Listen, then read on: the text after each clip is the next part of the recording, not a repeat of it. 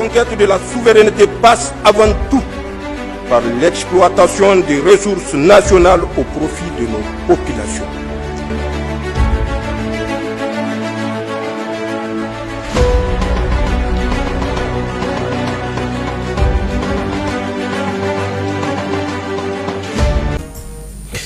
Et ce communiqué du secrétariat général du gouvernement, le président du Conseil national pour la sauvegarde de la patrie, chef de l'État, son Excellence le général de brigade Abdourahmane Tiani, a signé ce jour plusieurs décrets des mesures individuelles, cadres de commandement au titre du ministère de l'Intérieur, de la Sécurité publique et de l'administration du territoire, colonel-major Bana Alassane, officier des forces armées nigériennes, matricule OA-SM et nommé gouverneur de la région de Dosso.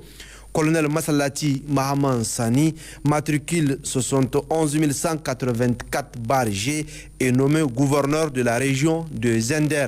Capitaine Abba Koulouma Djona, officier des forces armées nigériennes, matricule OA-SM et nommé préfet du département de Tassara. Au titre du ministère des Affaires étrangères, de la coopération et des Nigériens à l'extérieur, M. Mohamed Anako est nommé ambassadeur extraordinaire et plénipotentiaire de la République du Niger auprès de la République du Tchad. Au titre du ministère de la Communication, des Postes et de l'économie numérique, M. Idrissa Djibomega, titulaire d'un Master 2 qualité, sécurité, environnement, matricule 52205-Z, est nommé directeur général de la société Niger Télécom. À l'inverse du Tchad et du Sénégal, indignés qui ont vivement réagi hier aux propos d'Emmanuel Macron, qualifiant ce dernier d'arrogant et de méprisant, le Nigeria, le Bénin et la Côte d'Ivoire, pourtant concernés, n'ont pas encore commenté ou réagi. Ceci explique sans doute cela. Le commentaire est signé Abdoulaye Koulibaly.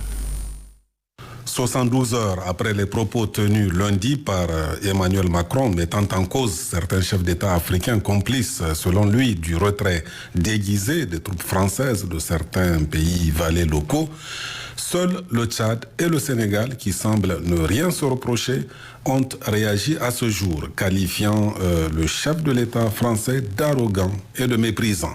Je voudrais exprimer mon indignation vis-à-vis des propos tenus par le président Macron qui frise les mépris envers l'Afrique et les Africains.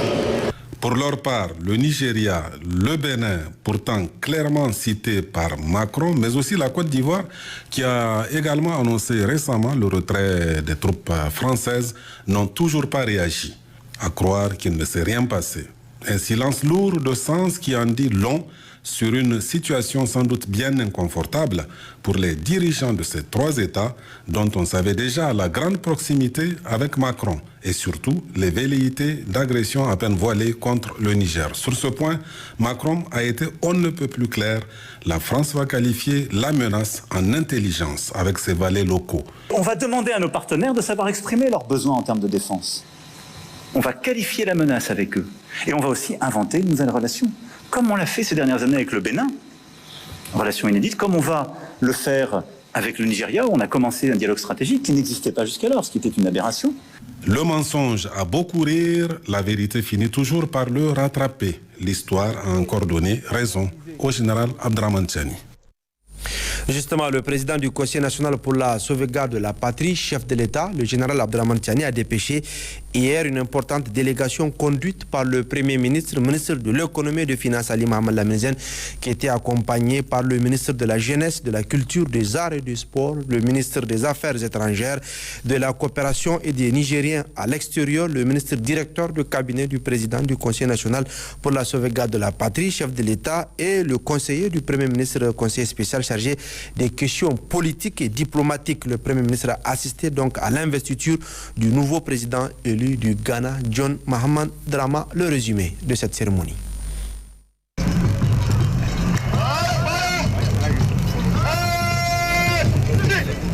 Le Premier ministre, ministre de l'économie et des finances, Ali Mohamed Lamine, à la tête d'une importante délégation dépêchée par le président du Conseil national pour la sauvegarde de la patrie, chef de l'État, le général Abdourahmane Tiani, a assisté à la cérémonie d'investiture du président élu de la République du Ghana, John Dramani Mahama. Ali Mohamed Lamine Zen est accompagné dans ce déplacement par le ministre de la Jeunesse, de la Culture, des Arts et du Sport, le colonel-major Abdrahmane Amadou, le ministre des Affaires étrangères, de la coopération des Nigériens à l'extérieur, Bakaria Ousangaré, le ministre directeur de cabinet du président du Conseil national pour la sauvegarde de la patrie, chef de l'État, Dr Soumana Boubacar, et de son conseil spécial, chef du département Affaires politiques et diplomatiques, professeur Forma Moumouni. À l'aéroport, la délégation a été accueillie avec tous les honneurs, tapis rouge, honneurs militaires, hymnes nationaux.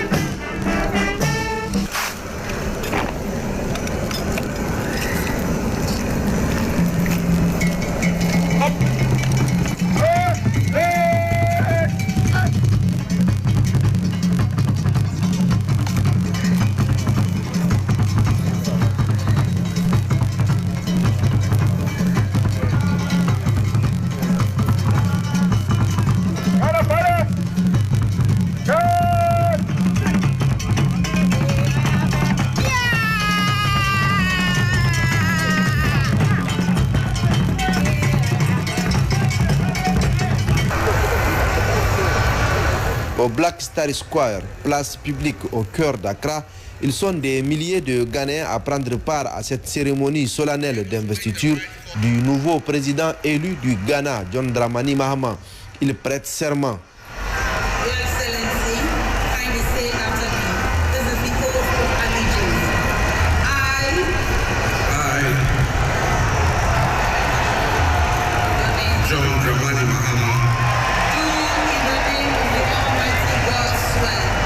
In the name of the Almighty God swear that I will bear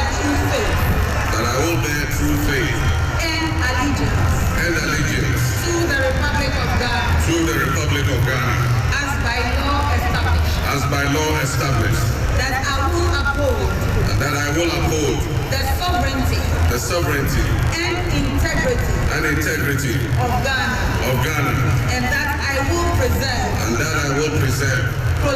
protect and defend the Constitution of the Republic of Ghana. So help me God. Élu pour un nouveau mandat après un premier effectué entre 2012 et 2017, le nouveau président, dans son intervention devant le peuple ghanéen en présence de ses hôtes, John Dramani Mahama, a rappelé que les mêmes peuples sont répartis dans plusieurs pays et partagent la même histoire, les mêmes cultures, qu'ils soient au Ghana, au Mali, au Burkina Faso. Il promet de développer l'économie de son pays, la technologie, la santé, l'éducation, entre autres. L'économie locale, elle, sera renforcée et boostée et toutes les promesses seront tenues durant son mandat de 4 ans. Installé en première ligne, le Premier ministre, ministre de l'économie et des finances, Ali Mohamed Lamine Zen, à son tour est allé congratuler le nouveau président élu du Ghana, John Mahama. Des félicitations au nom du président du Conseil national pour la sauvegarde de la patrie, chef de l'État, le général Abdrahmane Tiani. Le Ghana est un pays frontalier à la Confédération de l'Alliance des États du Sahel, AES. Le Niger dispose d'ailleurs d'une forte diaspora. Le Ghana qui est de plus en plus menacé par l'insécurité, notamment des groupes terroristes, peut profiter de l'engagement et de l'expérience des États du Sahel. Une bonne collaboration pour mettre fin à ce tigre terroriste. Occasion pour le pays de s'appuyer sur l'engagement des 3 chefs d'État de l'AES qui défendent vaille que vaille la souveraineté du Niger, du Mali et du Burkina Faso. Après avoir assisté à cette cérémonie solennelle, le Premier ministre, ministre de l'économie et des finances, Ali Mohamed Lamine Zen, a regagné Niamey où il a été accueilli par le ministre d'État, ministre de la Défense nationale, le général de corps d'armée Salif Modi. Cérémonie de lancement, cette fois-ci à Niamey, ce matin, des travaux du comité ad hoc chargé d'élaborer une feuille de route pour une mise en œuvre optimisée du programme Kandaji. Et c'est le secrétaire général de la présidence du Conseil national pour la sauvegarde de la patrie qui a présidé ces assises. Ramatou Adamouhali et Hamidou Abdoulaye. Cette première réunion du comité ad hoc a pour mission d'approfondir les réflexions sur les contraintes et difficultés de la mise en œuvre du programme de Kandaji, de formuler des propositions de solutions et d'en élaborer une feuille de route. Cette première rencontre nous permettra de nous connaître en tant que membres du comité ad hoc, ainsi que nos différentes provenances à travers une présentation individuelle et celle de nos expertises. Ensuite, nous aurons des informations les plus complètes sur les objectifs, les enjeux, défis, contraintes et perspectives de la construction du barrage à travers une présentation sur le programme Kandaji. Enfin, nous nous interrogerons sur les priorités immédiates, l'impulsion que va apporter ce comité dans la mise en œuvre du programme et fixer les prochaines étapes et les échéances clés. En procédant à l'ouverture des travaux, le secrétaire général de la présidence du Conseil national pour la sauvegarde de la patrie a réitéré l'engagement des plus hautes autorités et l'importance qu'elles accordent dans la mise en œuvre du programme de Kandaji. Dans le contexte de la défense de notre souveraineté, je voudrais rappeler que l'envergure de ce programme et la complexité de ses activités exigent que nous nous entourions des précautions et garanties nécessaires à sa réussite. Il faut le souligner, la mise en œuvre du programme Kandaji est confrontée à d'importants défis qui concernent notamment le schéma de financement actuel avec 11 partenaires techniques et financiers, la mobilisation d'une importante contrepartie nationale, les processus d'acquisition contraignants, la mise en œuvre d'importantes mesures de sauvegarde environnementale et sociale, dont la réinstallation de plus de 60 000 personnes avec 26 villages et la ville d'Ayoru à déplacer. La mise en cohérence des travaux d'infrastructure du barrage et les travaux d'aménagement des sites de réinstallation des populations. La faible capacité de l'agence du barrage de Kandaji, agence d'exécution du programme Kandaji. À la clôture des travaux, le secrétaire général de la présidence du CNSP a souhaité un plein succès aux participants dans l'exercice de leurs travaux, tout en les exhortant à formuler des recommandations pertinentes qui leur permettront d'élaborer cette feuille de route pour accroître les performances à tous les niveaux. Info AES au Mali, bonne nouvelle, signature de convention ce matin à l'hôtel des finances entre l'État malien et Allied Gold Corporation. Il s'agit de la construction d'une mine d'or dont le chiffre d'affaires s'élève à 120 milliards de francs CFA par an et elle aura également une capacité de production considérable. Après 2 mois de négociations entre les deux parties, un accord a enfin été trouvé conformément aux dispositions du code minier adopté par le Mali en 2023. Tamsir Diabaté et Abdesalam Bambara.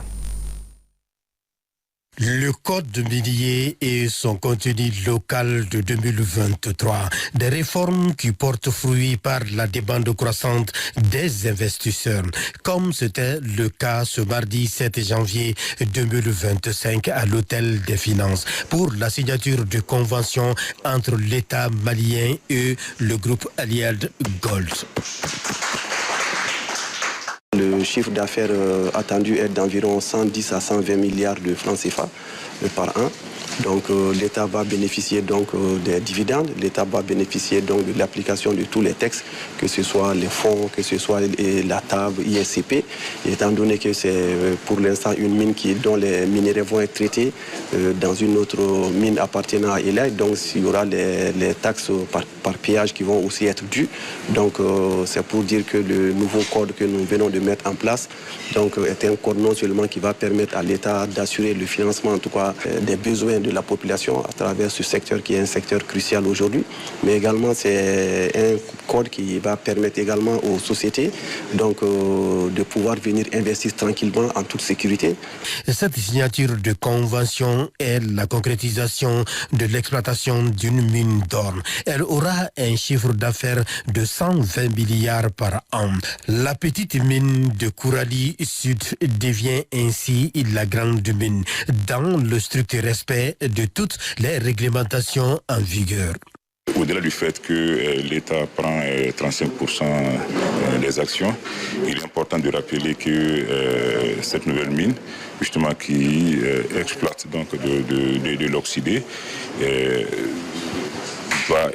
cet oxydé va être transporté au niveau donc, de la mine de Sadiola pour être traité. Et donc on appelle ça le traitement par péage, ce qui va donc générer des frais à payer donc, qui iront au trésor de l'État. Et en attendant donc que Sadiola commence donc à exploiter son jugement de sulfure, c'est-à-dire en profondeur, justement donc ce travail donc de traitement va se faire au niveau donc de cette mine à partir de la mine de Corée Sud. Donc c'est pour dire qu'aujourd'hui Alay Group va travailler, va faire en sorte que justement ces deux mines soient toutes les deux fonctionnelles et ensuite je pense que ça va rapporter des revenus conséquents à la fois à la société minière mais aussi à l'État du Mali. À l'issue de cette signature de convention entre l'État malien et le groupe Allied Gold, les responsables du groupe se disent rassurés au regard des efforts consentis par le gouvernement pour faire de l'exploitation de la mine de Corée Sud une réalité après moult négociations. Nous sommes rassurés de tout l'effort que l'État a eu à fournir depuis la fermeture des négociations jusqu'à aujourd'hui. Aujourd'hui, avec l'extension de ce permis de petite mine en grande mine, c'est un signal fort. Et vu l'énorme investissement qu'il va falloir faire sur l'usine de Sadiola, qu'on a déjà commencé, plus de 500 et quelques millions de dollars, le permis de Coralie va permettre à la mine, n'est-ce pas, de pouvoir supporter ce temps de transition de construction.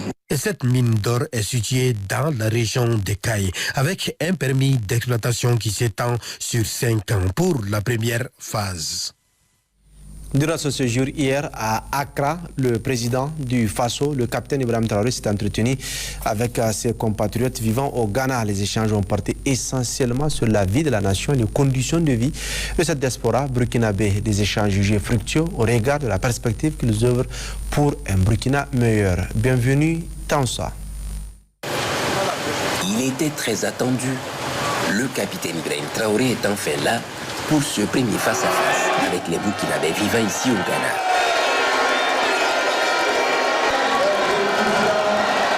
Venu assister à l'investiture du nouveau président John Dramani Mahama, cette rencontre pour le président du Faso était tout aussi importante. Une occasion pour lui de communier avec ses compatriotes, de les entretenir sur l'état de la mère patrie, mais surtout de les remobiliser autour des intérêts communs. Sur les nouvelles du pays, le chef de l'État se veut rassurant. La guerre contre le terrorisme s'est intensifiée et la victoire est à portée de main. Aujourd'hui, plus que jamais, nos forces armées vont où elles le souhaitent. À l'instant où je vous parle, il y a plusieurs opérations à travers plusieurs groupements et nous sommes en train d'infliger des pertes colossales à l'ennemi et de repousser petit à petit hors du Burkina Faso. Cette bataille, cette guerre, nous allons la gagner. Et nous allons vaincre l'impérialisme qui a activé ce terrorisme dans notre région pour espérer nous ramener dans ces temps coloniaux, nous maintenir sous leurs joues, nous exploiter jusqu'à la fin des temps. L'Afrique est en train de se réveiller et personne ne pourra encore fermer les yeux des Africains sur nos réalités. Personne ne pourra encore venir nous diviser pour nous imposer ce qu'ils souhaitent.